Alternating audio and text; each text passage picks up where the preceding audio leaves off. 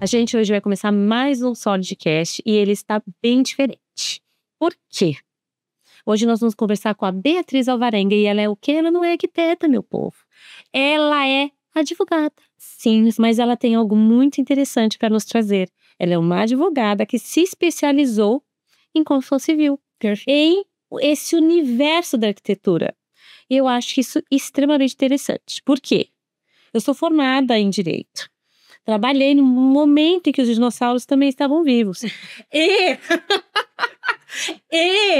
eu fiquei muito curiosa, porque não tem, pelo menos na minha época, tá? E agora você vai trazer à luz tudo isso aqui pra mim. Não tinha uma especialização que não fosse tributário, trabalhista, penal. Existe uma especialização hoje para a construção civil? Não, não existe. Como que foi a construção disso? Foi de um contato direto e efetivo. Então, o que acontece? Um processo de especialização, ele não se dá apenas por uma carga, uma formalização daquela atividade, daquele estudo acadêmico. Então, eu estava atuando... Também declara a idade, né? Isso também... Porque o que está acontecendo, para mim, era só esse negócio de pós-graduação bonitinha sentada lá. Não. E essa questão, gente, que coisa maravilhosa. Não, até porque... especializa... Isso, o que acontece? Quando a gente fala do processo de especialização, às vezes a gente até vai para um MBA de alguma coisa, mas às vezes você não aborda especificamente o assunto tão adentro. Então, por exemplo, dentro daquilo que eu faço, muitos me perguntam, tá, mas você mexe com o quê, então? Eu sempre falo, olha, envolve mais a área civil, mexe um pouquinho com a questão do direito tributário, também com o direito imobiliário, então ele acaba vagando por algumas esferas. Mas, especificadamente sobre o ramo de atividade, arquitetura e urbanismo, engenharia, construção civil de fato, ela não foi colocada nesse patamar. Então, o que aconteceu? Eu estava atuando, fazia pouco tempo que eu estava formada, e estava trabalhando por conta, até que na época era uma amiga minha, uma arquiteta, hoje a gente não tem mais relacionamento, mas ela teve uma dificuldade. E aí ela me pediu ajuda e falou pra mim, olha, me ajuda, passei por uma situação assim, sabe, ela sofreu um golpe. E eu falei, não, ok, vou te ajudar. E aí entrei em contato, fiquei conversando com ela, no fim deu tudo certo, o cliente acabou pagando o que precisava pagar, a gente resolveu. Mas com as trocas com ela durante isso, eu falava assim, mas você não sabe disso? Ela assinou um termo de quitação sem receber. Eu falei, mas como que você assina um termo que você assume que recebeu um valor, sendo que você nem viu esse valor entrar na sua conta, ele não te pagou? Como você assina um documento antes? Tipo, qualquer documento antes. Ah, mas qual o problema? E aí achei curioso, né? Eu falei, nossa, mas é tão simples. Aí eu falei, pera, é simples pra mim, que tenho a informação, ou realmente é simples de forma abrangente? E aí eu fui entender um pouquinho sobre esse universo da arquitetura e da engenharia, para entender o que acontecia, né, um pouco nesse meio entre os profissionais. E eu comecei a ver que eles são muito prejudicados no quesito da informação. E eu sou apaixonada pela informação. Eu sou assim, quanto mais informação a gente tem, mais a gente é rico de conhecimento, mais a gente é assertivo, aí a gente tá protegido. Isso, porque o grande problema, eu sempre falo isso, acho que a Fê até já me ouviu falar bastante sobre isso, que é assim, às vezes não é um contrato, não é um documento que vai te proteger, mas é a forma como você vai conduzir, é aquilo que você vai falar. Então, registrar. Exato. Então, é a construção de tudo isso. E eles não sabem disso. E aí, às vezes, eu fico assim, como assim, minha senhora? Me ajuda a te ajudar. Então, eu comecei a entender um pouquinho mais desse universo e vi que eles realmente eram muito vulneráveis nesse ponto. E aí, eu deixei o direito um pouquinho de lado e fui lá. Bater meu saltinho na obra. E fui entender um pouco como funciona a obra, como funciona projeto, o que é projeto executivo, cota, elevação. Eu olhava isso, eu falava assim, gente... dialeto, né? Exato. Eu falava, que loucura é essa? Meu Deus do céu. Mas eu fui entender. Porque para eu poder ter o meu local de fala, eu preciso me comunicar com eles. E... Tá na mesma língua. Exato. E para que eu possa fazer essa casada que hoje eu faço, que é fazer a aplicação do direito dentro da construção civil, eu preciso entender como funciona a construção civil em si. Então, o nível de responsabilidade, o que envolve uma obra, qual é a complexidade. Porque, às vezes, nem o cliente final sabe o quão complexo é, de fato, fazer uma reforma, uma construção em si. Então, a gente acabou parando para estudar um pouquinho esse formato e a gente fez essa união né, desses dois ramos de atividade, o direito e a arquitetura. E a engenharia hoje, a gente só trabalha com isso. A gente realmente é um escritório nichado, é o primeiro, inclusive, o primeiro escritório especialista na aplicação do direito na construção civil. Eu sou muito feliz por isso, porque realmente... Pioneirismo, né? Exato. E uma mulher pioneira aqui. Ah, exatamente. Vamos puxar a sardinha pro nosso lado, mas a gente merece, pô. Não é? Uma curiosidade. Vamos deixar, a princípio, pelo menos nesse momento, casos pontuais de lado. Sim, você chegou pro escritório de arquitetura e você oferece uma consultoria que aí vai desde essa parte de responsabilidade em questão do gerenciamento da obra, etc., até mesmo questões tributárias, trabalhistas, quando envolve toda a equipe ali. Como é que você chega ali e apresenta esse universo do direito para o arquiteto? Como você consegue falar trazer, facilitar o entendimento, mastigar a informação? Como é que é esse processo? O que acontece? Depois de algumas trocas que eu tive, eu desenvolvi um método escritório blindado. O que acontece? Esse método é uma ramificação de todas as possibilidades, todas as vertentes que você tem no seu escritório. Então, imagina que você é arquiteta, você tem que cuidar do seu atendimento, cuidar da questão jurídica, a parte processual, questões de processo interno, organização, proposta comercial. Então, eu olhei tudo isso e falei, opa, peraí, realmente não é só você sentar e fazer o projeto.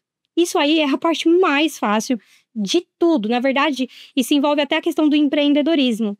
E eu sempre falo, né, nas minhas reuniões que, infelizmente, a gente não está num país que ele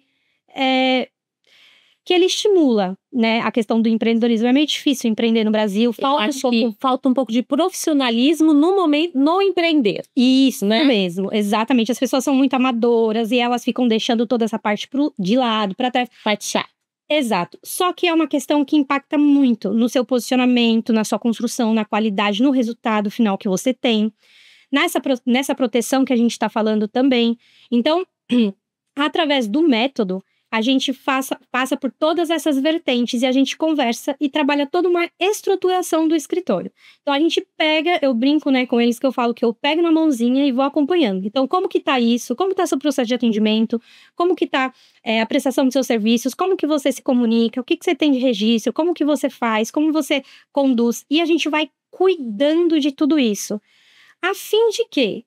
Que eles se robotizem e virem todos um só? Não, mas que eles se entendam dentro desse universo. Por quê? Uma outra situação que eu percebi hoje em dia existem muitos profissionais que falam sobre, e eu acho que todo conhecimento, ele é super válido. Mas muitos profissionais, eles acabam errando porque, vê uma mentoria de alguém, vê um curso de alguém e acha que aquilo é a regra. Funcionou para ele, vai funcionar para mim. Mas eu sempre falo, não. Atrás da sua empresa, do seu CNPJ, existe a sua pessoa. Então, você precisa olhar para você. O que você consegue fazer dentro disso? O quanto isso faz sentido para você? O quanto isso realmente vai se adequar dentro da sua realidade? Então, é algo muito mais profundo na individualidade e que acaba resultando nessa questão profissional da estruturação do escritório deles. Então, assim, é bem mágico.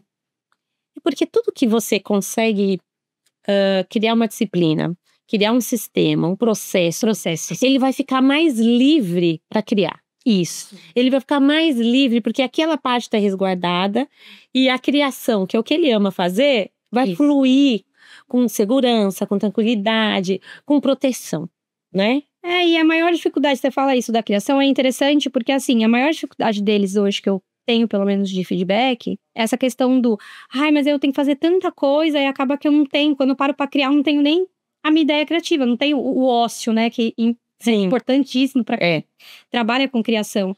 E é por isso, porque tem mais dificuldade de delegar, aí se delega, não sabe nem o que delega e como delega, e aí quando a pessoa faz daquele jeito que não é bom, aí, não, volta, aí acho que o problema é que não dá para passar a atividade para a pessoa e não é bem isso. Às vezes a própria pessoa não entende. Consegue descentralizar. Exatamente, nem ela consegue entender como que ela gostaria que fosse feito.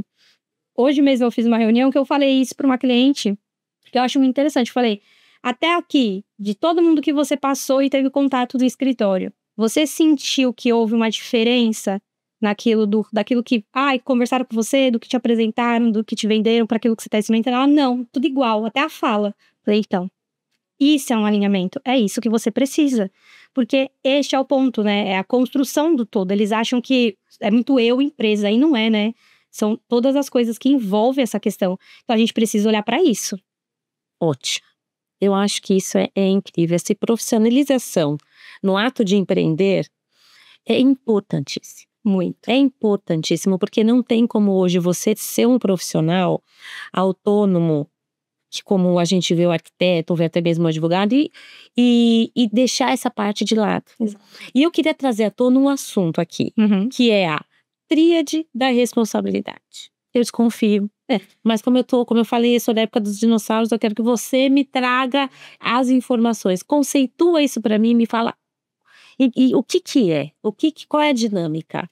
O que acontece? A tríade da responsabilidade, ela é exatamente os 3 pontos de relação e conexão que a gente tem na prestação de serviço, que é o nosso cliente, o arquiteto e quem está à frente ali da execução da obra, seja um empreiteiro ou de fato um engenheiro.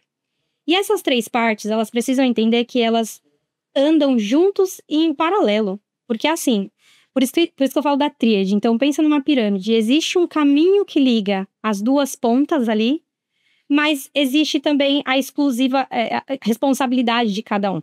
Então, existe muito ruído de comunicação entre o responsabilidade de quem? Obrigação de quem? Deu um problema aqui, quem resolve? Quem é o culpado? Não, mas o cliente não tem que fazer, mas foi você que me falou, você que me indicou, você quis. Então, fica um jogo de situações em que isso prejudica muito a comunicação. E a qualidade ali, né, da prestação de serviço, do cliente mesmo, da experiência e tudo mais. Então, a tríade, ela vem para realmente a gente conseguir instruir os profissionais que, quando a gente fala da prestação de serviço em si, a gente precisa entender que existe sempre um limite da responsabilidade enquanto eu, profissional, minha obrigação e minha responsabilidade, mas que isso não exime o meu cliente e o pessoal da obra. Mas que em dado momento, todos têm uma corresponsabilidade. Então, todo mundo acerta e erra junto. A depender da situação, a gente precisa olhar e falar, opa, peraí, cadê minha contribuição?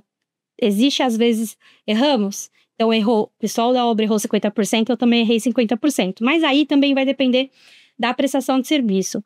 Vou te dar um exemplo. Se a gente está falando, eu sou arquiteta e estou fazendo um gerenciamento e você está executando uma obra.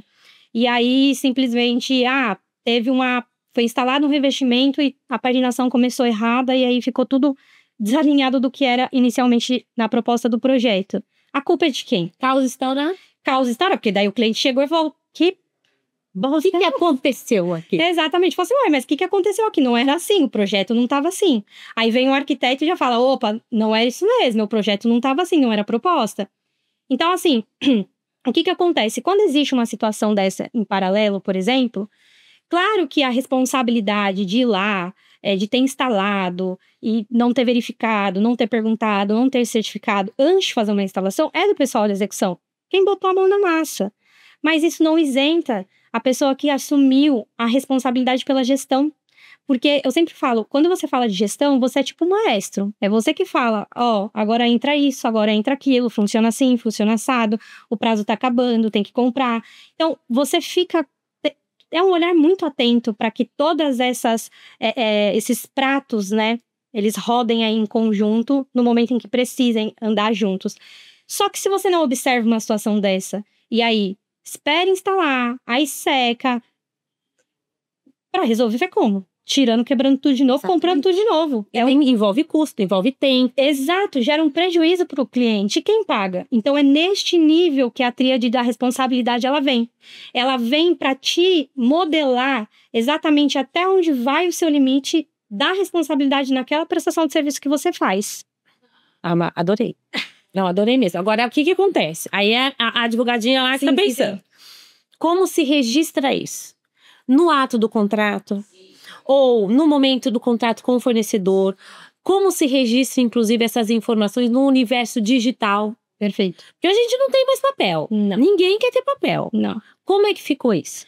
O que acontece? Quando a gente fala de registro, a gente tem que tomar muito cuidado com algumas coisas. Então, assim, eu sempre falo que desde o momento do nosso contato e comunicação com o cliente, a gente precisa ser muito assertivo. Então, desde o atendimento, iniciando na proposta, que é o nosso nossa primeira via de registro. Tem um monte de gente que faz proposta contrato, e o povo é tudo bagunçado por aí, sabe? E não é o certo. Por quê? Porque a proposta, ela tem um viés, que é o viés de você registrar uma negociação, então mostrar, olha, eu vendo isso, eu presto isso, então a proposta comercial é importante neste nível. Ela não sabe o objetivo daquele documento. Isso, ela não sabe. E aí ela acha que é só para poder vender serviço. E não é isso. Porque é ali que começa. Então, peraí. Olha, se eu faço visita técnica, eu apenas vou na obra X vezes para poder compatibilizar o projeto. Olha, se eu sou o gestor, eu já faço essas funções. Então, você precisa, dali, já começar a orientar o seu cliente nesse sentido. E começa essa linha do registro que você questionou. E depois disso, durante a prestação, óbvio que tem que vir no contrato também, muito bem alinhado, esclarecido. E uma coisa que eu gosto sempre de falar é que, assim, as pessoas, quando falam de contrato, elas acham que tem que ser, nossa, extremamente burocrático, tem que falar com juridiquês. Eu falo, gente, deixa o juridiquês na gaveta. A gente usa isso em processo que o juiz gosta. Deixa pra falar com o juiz. Pra amaciar o juiz, pra falar que a gente, nossa, tem um vasto vocabulário. Tá bom, eles gostam disso. O seu cliente precisa entender. Até porque eu falo que, assim, a premissa até do Código de Defesa do Consumidor eu, quanto consumidora, se eu não entendi o produto e o serviço que eu adquiri, eu fui enganada. Então, eu posso pedir a devolução, sabe? Eu posso desistir. Então, a gente tem que tomar muito cuidado com essa condução, pra gente não falhar nessa comunicação. Então, tem a questão do contrato, mas durante a prestação de serviço, é extremamente importante que dados sejam construídos. Então, uma ata de reunião, uma ata de briefing. Olha, o briefing é uma coisa magnífica, porque o cliente deu louco e falou que não foi isso que ele pediu. Mas ele pediu isso mesmo. Eu falei, tá. E aí você atou seu briefing, você foi lá e colocou que o cliente pediu isso, aquilo. Até para quando você faz lá a planilha orçamentária, ele fala, meu Deus, que caro. Fala, uai, você que tá escolhendo o revestimento mais caro, a pedra mais cara, o que eu posso fazer? Vai ficar caro mesmo. Você, né? A escolha do cliente também é um balizador aí do quanto vai custar essa obra, esse projeto, entende? Só que eles não registram isso. Fica no boca a boca. E eu falo, gente, mas o digital tá aí para isso. Grava a reunião. As pessoas, não sei se eu tô errada ainda, mas confunde honestidade com essa, sem ter necessidade de haver um registro. Isso. Porque presume que depois o cliente vai lembrar, vírgula por vírgula, do que foi conversado. Vírgula por vírgula do que... E a gente não pode contar com memória. Hoje em dia, principalmente. Não. Seja porque a pessoa depois, quando ela perceber que ela pode ser prejudicada, ela esquece, seja fornecedor ou cliente, seja quem for, qualquer parte envolvida ali. E o arquiteto fica rendido. Fica rendido, porque ele tem relacionamento com o fornecedor, ele tem relacionamento com o cliente, que por sua vez pode ser porta de entrada para outros, porque o ramo da arquitetura trabalha muito com essa indicação, sim, né? Que tá errado. Tá errado. Qual é o termo certo para esse? Recomendação. Você esperta, entendeu? Aprendi indicação é lá na minha época dos dinossauros. Isso. E aí, ele pisa em ovos. Exatamente. Pisa em ovos. Sei lá, hoje a gente tem tanto recurso digital mesmo, que você grava uma reunião e é transcrito ali. Peraí, vou imprimir agora, gravou, lê a ata, resolveu. Exato. E eu vi, tem alguns aplicativos até, né, que ajuda você a gerenciar a obra, a registrar. E você chega a esse ponto de recomendação? Sim, eu faço não só a recomendação, mas, por exemplo, a implementação. Então, hoje a gente tem no mercado alguns de gestão, principalmente para quem é mais focado em obra, a VOB, tem o Notion, tem o Asana, tem o Trello, tem vários mesmo. Eu estudo esse aplicativo, eu vejo como eu quero implementar esse. A gente vai lá, a gente implementa junto, a gente faz o passo a passo, a gente constrói, porque tem que ser efetivo. Eu já tô imaginando você querendo o seu. Não, verdade. Porque o que acontece? A pessoa que imagina esse aplicativo, ela tem um viés. Sim. Você tem outro. Exato. E um complementa o outro, né? Então, acho que é difícil achar aquele perfeito. Perfeito. Né? Exato. Então, eu acho que já é um negócio pra você pensar. Tá em construção. Adivinhei. Olha o spoiler. Tá, por conta disso mesmo. Toma nesse papo. Enfim, nesse papo. é uma questão de, por exemplo, até a precificação impacta nisso. Então, as pessoas, eu amo que eu sempre, quando eu chego nessa pauta, tá, e aí você deu o desconto, você cobrou tudo do Vozes da Minha Cabeça. Vozes da minha cabeça. Aí eu, entendi. Por isso que as coisas não fluem. Não, é típico aquele empreiteiro que olha para a obra, aí dá um preço. É isso. Aí quando ele percebe o trabalho danado que ele vai ter, ele fala assim, não, eu fiz errado. Vou aditivar. E aí ninguém registrou nada. E aí fica o cliente rendido e aí o arquiteto lá constrangido. Isso. E eu sempre falo que assim, voltando à questão da tríade, nesse ponto é importante que, tá bom, eu entendi. Aí vou usar exatamente a referência do empreiteiro. Se ele não mensurou tudo, se ele realmente não fez uma precificação assertiva, eu, quanto gestor da obra, não tenho nada a ver com isso. Então, peraí, se ele tá fugindo do escopo, se ele tá deixando de fazer, alguma coisa tá acontecendo, eu tenho que fazer o quê? Eu tenho que registrar, eu tenho que comunicar ao cliente, eu tenho que verbalizar para essa equipe, eu tenho que comprovar que isso foi verbalizado. Eu sempre falo que a questão de fazer o cliente também ser uma parte pertencente do processo. O que os profissionais, de modo em geral, eles acabam cometendo um grandíssimo erro. Não, eu faço. Vira pai e mãe de cliente, sabe? Quer resolver tudo. Assume toda a responsabilidade. Fala, ora. Como se você realmente tivesse dinheiro suficiente para pagar todos os prejuízos. Se todos os seus clientes tiverem um prejuízo. É verdade. A noção, a falta dela no caso, né? Então eu falo, não. E aí o que é importante? Você ter esse mapeamento efetivo do seu limite, até onde você pode ir, até onde você pode absorver, até onde você pode conduzir o seu cliente, um prestador, um fornecedor, enfim, até onde você vai e quando você precisa sair um pouquinho de cena e falar, olha, cliente, eu entendo, o que eu pude fazer por você, eu fiz, mas agora eu preciso que você ande com as suas próprias pernas, que você vai lá e resolva. Eu não consigo resolver por você porque, enfim, no caso, o imóvel é seu, a compra quem fez foi você que pagou dessa forma, sabe assim? Então, eles precisam, e a tríade, ela vem para isso, para trazer esse nível, né, de consciência que eu gosto de falar, que é realmente você se perceber dentro de um cenário, dentro de uma problemática e falar o quanto realmente faz sentido você ter resolvido esse ponto. Não faz, não é meu serviço. E por que você resolveu? É porque o cliente, é a arte de dizer não também, né? É a arte de dizer não. Que é uma das mais difíceis. Dizer não, demitir cliente, eles têm muito problema com isso.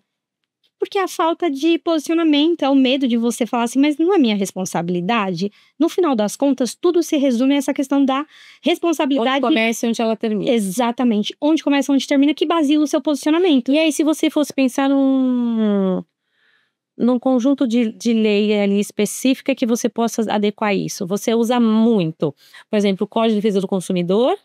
Daí o arquiteto, enquanto fornecedor, e também os demais fornecedores envolvidos, até para orientar também o cliente a resolver impasses ali. Isso. Que mais? O que mais basila vai ser o Código de Defesa do Consumidor, porque de fato é uma relação consumerista. Então, né, consumidor e prestador, fornecedor, né? Então, é isso, a básica. Mas o que também abrange essas esferas é o Código Civil. Né, o Código Civil, o processo civil. Porque ele vem mais essa questão de indenizatória, né? De danos, prejuízos, essas efetividades. Mas o que mais é latente, que a gente precisa mais prestar atenção, é a questão do Código de Defesa do Consumidor. Eu costumo dizer para eles que é assim, o Código de Defesa é a sua base, né, onde a gente vai... É o seu pilar ali. Isso, a plantinha... Aliás, pilar não, sou o fundamento. A fundação. Então, você vai colocar a plantinha dos seus pés. O Código Civil, ele vem para te dar um suporte se algo saiu desse radar, dessa fundação. Então, ele vem para te dar um suporte em algumas outras esferas. Mas ele não é o que protege efetivamente. É o Código de Defesa do Consumidor. Tá muito curto esse podcast. Não vai dar... Gente, a gente se encerrar, mas... Vamos fazer o seguinte, a gente vai fazer episódio 1, episódio 2, episódio 3, episódio 25... Tá. Episódio 80. Ou se não, a gente faz uma série. Fala assim, olha, sei lá, eu vou pensar um negócio. Sim. Porque eu amei essa conversa. Não, mas tem muita coisa pra conversar mesmo. Porque é muito amplo a discussão, as possibilidades. É muito ramificado mesmo. Porque assim, você lida com o ser humano. Esse ser humano é extremamente criativo. Complexo em arrumar problema. Isso. É verdade. Exatamente. E aí, o que acontece? O advogado não quer resolver problema. O advogado, ele quer ser consultado antes do problema chegar. É isso mesmo. Porque essa é a alegria, né? É evitar o processo. Muitas vezes o advogado, ele acaba sendo procurado a hora que o caos está instaurado. Isso, geralmente é assim. E a parte preventiva do direito, ela é esquecida. Muito. E ela é preciosa. Mas posso te dizer, hoje no escritório, se eu colocar numa porcentagem, por exemplo, de 100%, mais ou menos 80% dos nossos clientes e dos casos que a gente tem, eles são 100% preventivos. Nossa. Porque a gente vem muito desse posicionamento. Qual é o medo? Ter problema? Não tenha. Se previna. Saiba, vai atrás, se informe. Você entendeu? Para que você não tenha problema? Porque na hora que aconteceu uma situação, você sabe se posicionar, você sabe como resolver. Eu sempre brinco que são as mínimas e as máximas. Você sabe, se tiver na mínima, ótimo, arrasou, tá 10/10. Na máxima, você não pega de surpresa, sabe o que tem que fazer, enfim, saiu um pouquinho da rota ali, a gente recalcula e segue. Exatamente. Beatriz, amei conversar com você. Ai, obrigada. Amei conhecer. E amei ter um pouquinho de contato com esse universo que fazia tanto tempo que saiu da minha vida. Tá bom? Muito obrigada. Beijo. E eu quero realmente conversar com você de novo. Combinado. Muito obrigada, viu, pela oportunidade, pelo convite. Espero que vocês tenham gostado também. Realmente tem bastante coisa pra gente explorar aí.